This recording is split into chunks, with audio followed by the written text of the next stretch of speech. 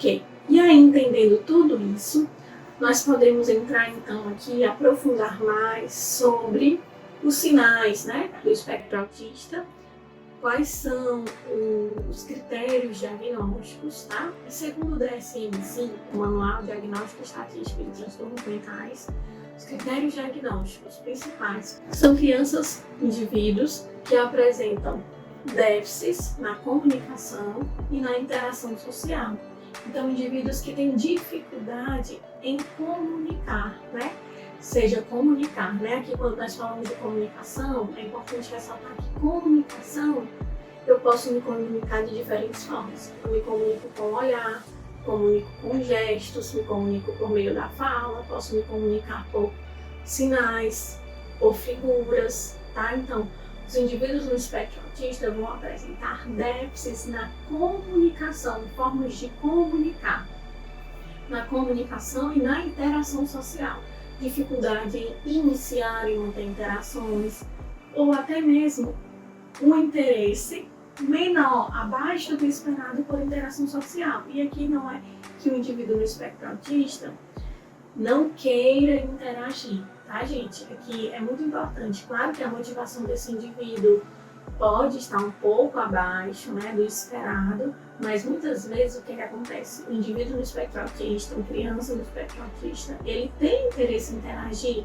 porém não sabe como, não consegue tomar a iniciativa ou até então já teve interações frustradas e por isso tem essa maior dificuldade, tá? Então, déficits na comunicação e na interação social, certo? Mas esses sinais isolados não são critérios diagnósticos. É preciso perceber os critérios, né?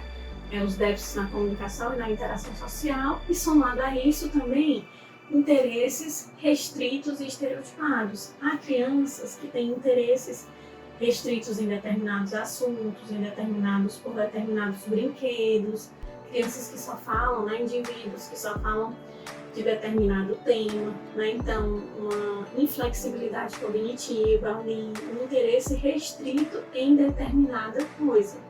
Além desse interesse restrito, né, em determinada coisa, objeto, tema, também nós podemos ter o quê? Movimentos restritos e estereotipados, crianças que apresentam movimentos de flapping com a mão, por exemplo, né? Crianças que ficam girando em torno do próprio eixo, repetindo movimentos constantemente, né? Você vai percebendo que isso tem um começo, né? E que isso vai se perdurando, não é algo ocasional. Mas essa criança, ela tende a ter esses movimentos repetitivos em diversos momentos do seu dia.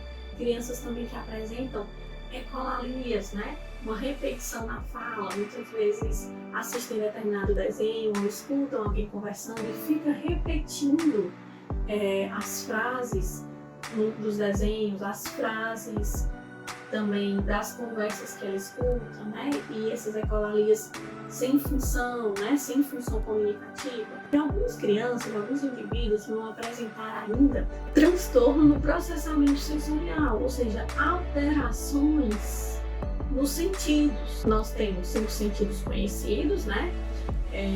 Visão, audição, tato, olfato, paladar, e nós temos ainda outros sentidos, o proprioceptivo e o sistema vestibular, que são responsáveis aí pelo equilíbrio, pelo movimento do corpo, a capacidade de perceber o corpo no ambiente, né? Então, crianças, por exemplo, que apresentam essa necessidade de movimento, ficam buscando movimento o tempo inteiro, seja correndo de um lado para o outro, se balançando o próprio corpo, ou crianças que têm aí também uma rejeição inicial ao movimento, né? Então, se essa criança tem uma alteração desse sistema proprioceptivo ou vestibular, essa criança pode ter tanto movimentos exagerados, essa busca por movimentos, ou a rejeição por determinados movimentos.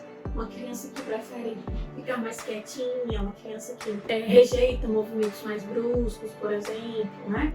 Pode ser uma criança aí que então tem uma alteração sensorial, uma criança que evita toque, né, que evita ser tocada, uma criança que não demonstra tanto interesse em ser tocada, pode ter uma alteração sensorial no sistema tátil, uma criança que tem uma alteração sensorial auditiva, se ela está em um ambiente com muitos barulhos, muitos estímulos, né, auditivos, essa criança tende a colocar as mãos no ouvido, né, apresenta aí uma sensibilidade auditiva, sensibilidade visual também, luzes demais incomodam para crianças que são hipersensíveis. Outras crianças já buscam esses estímulos visuais, estímulos táteis, estímulos auditivos. E aí, então, se você conhece esses sinais, levantou um sinal de alerta, para critérios diagnósticos do autismo, é preciso